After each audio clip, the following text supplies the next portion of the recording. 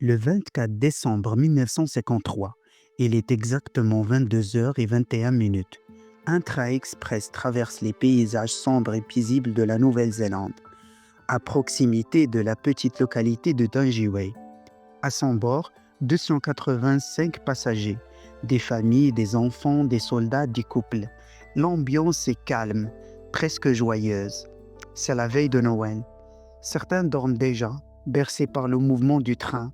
D'autres discutent doucement, impatients de retrouver leurs proches à Wellington, la capitale. Mais ce que personne ne sait à cet instant, c'est que quelques kilomètres en amont, un événement naturel silencieux et invisible est en train de transformer ce voyage en cauchemar.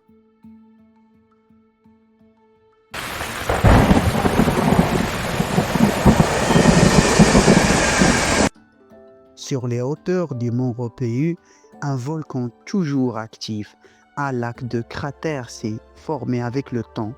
Ces eaux acides sont retenues par une fragile barrière naturelle de glace et de débris volcaniques. Ce soir-là, cette barrière cède soudainement. Un torrent de boue, de roches et de glacés se précipite sur les pentes de la montagne. C'est ce qu'on appelle un lahar.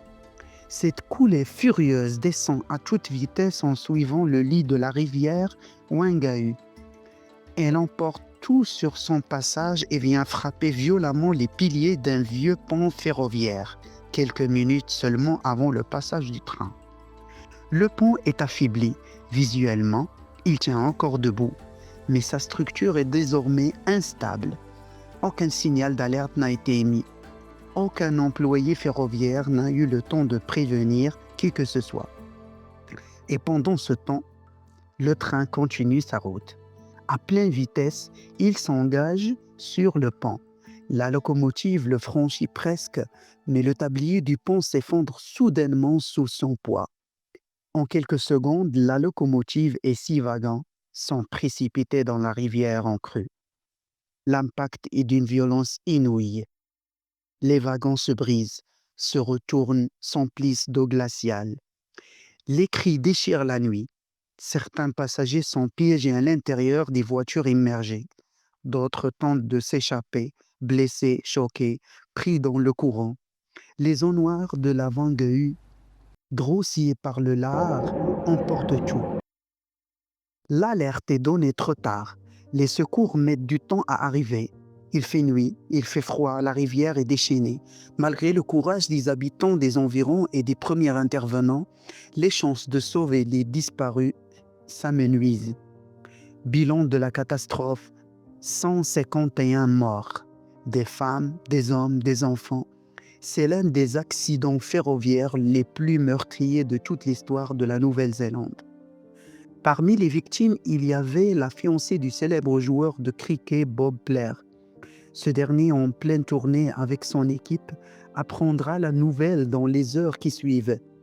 Brisé par le chagrin, il décidera malgré tout de jouer le lendemain, en hommage à celle qu'il aimait. Un geste devenu symbole de courage et de dignité à travers tout le pays.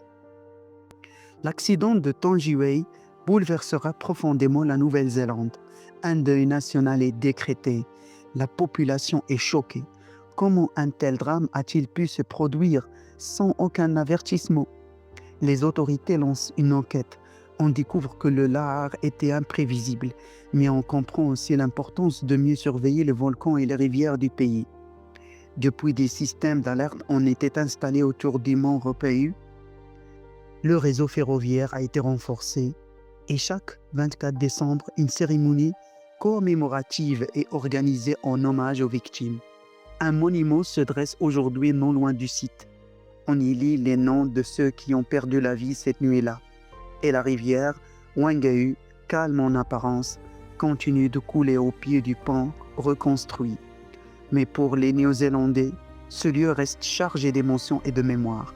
Le nom de Tangiway, en langue mémoire, signifie les eaux qui pleurent, maori.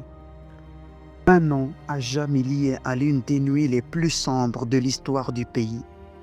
Merci d'avoir regardé. Si vous aimez les histoires vraies, abonnez-vous à la chaîne, laissez un commentaire et partagez la vidéo.